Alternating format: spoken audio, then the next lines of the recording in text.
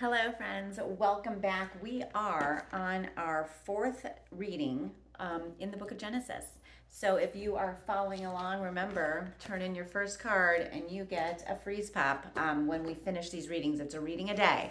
So read along with us. And then when it's time to turn these cards in, we'll send out an email to your parents and you can know that in the next couple weeks you can turn in that card and get a free treat.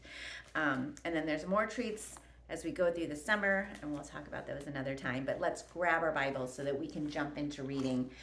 Grab the Comic Quick Start Guide that's either in your journal or on the back of the card. That's going to help you engage in this chapter and this reading a little bit differently. All right, let's get started. We are reading in Genesis, and we are in chapter 6, and we're going to start with verse 9, and then we're going to skip over to chapter 7, and we'll be starting in verse 13. So read along with me and I'll tell you when we're skipping over to the next chapter. All right. Noah and the flood is the theme of this reading. This is the account of Noah and his family. Noah was a righteous man, blameless among the people of his time, and he walked faithfully with God. Noah had 3 sons, Shem, Ham, and Japheth. Now the earth was corrupt in God's sight and was full of violence. God saw how corrupt the earth had become, for all the people on the earth had corrupted their ways. So God said to Noah, I'm going to put an end to all people, for the earth is filled with violence because of them. I am surely going to destroy both them and the earth. So make yourself an ark of cypress.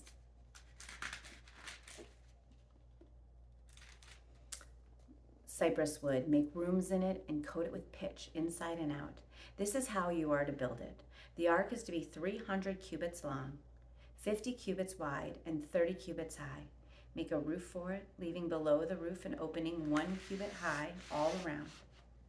Put a door in the side of the ark and make lower, middle, and upper decks. I'm going to bring floodwaters on the earth to destroy all life under the heavens, every creature that is the breath of life in it. Everything on earth will perish, but I will establish my covenant with you, and you will enter the ark, you and your sons and your wife and your sons' wives with you. You are to bring into the ark 2 of all living creatures, male and female, to keep them alive with you. 2 of every kind of bird, of every kind of animal, and every kind of creature that moves along the ground will come to you to be kept alive. You are to take every kind of food that is to be eaten and store it away as food for you and for them. Noah did everything just as God commanded him.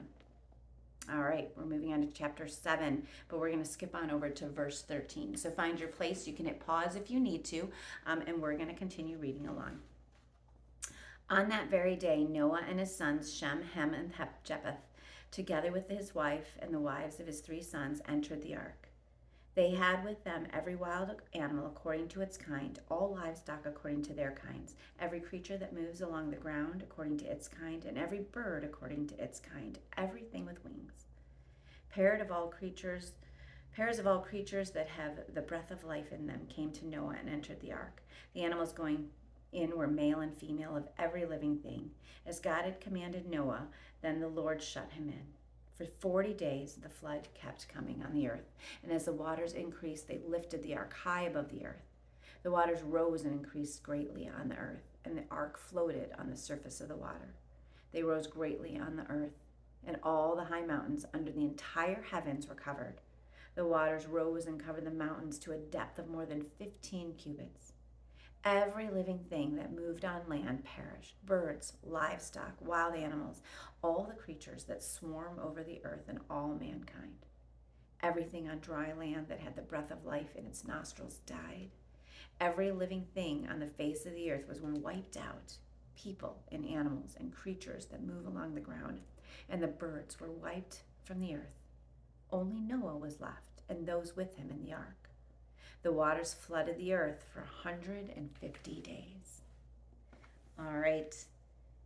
Take a look at your Comic Quick Start Guide. Remember, treats without the vowels, TRTS, and specs. Those are ways that you can engage in this chapter differently. The theme was Noah and the flood.